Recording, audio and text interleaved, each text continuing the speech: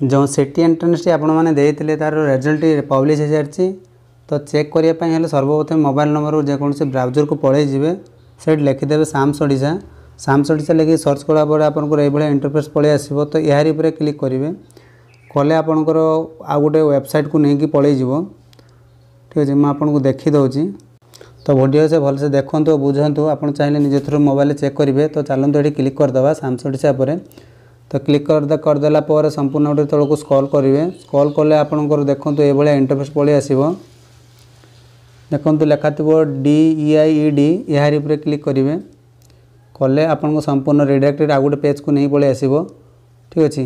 मुझे देखीदे ठीक देखो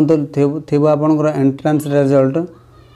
जो लेखा थी एंट्रेंस रिजल्ट यार क्लिक करेंगे ठीक अच्छे यार मुझे क्लिक कर नौची तो तौक टे स्क्रॉल करेंगे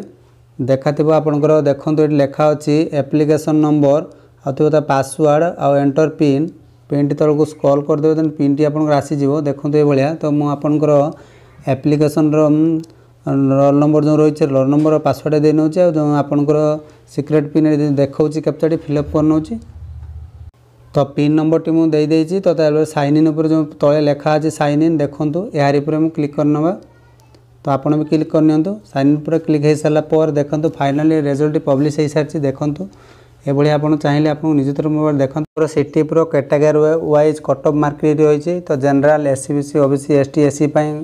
रही तो आर्ट्स आप संपूर्ण देखी दिंतु ये आपंकर कट ऑफ मार्क आसो तो ये देखी दिंतु आपंकर जनरल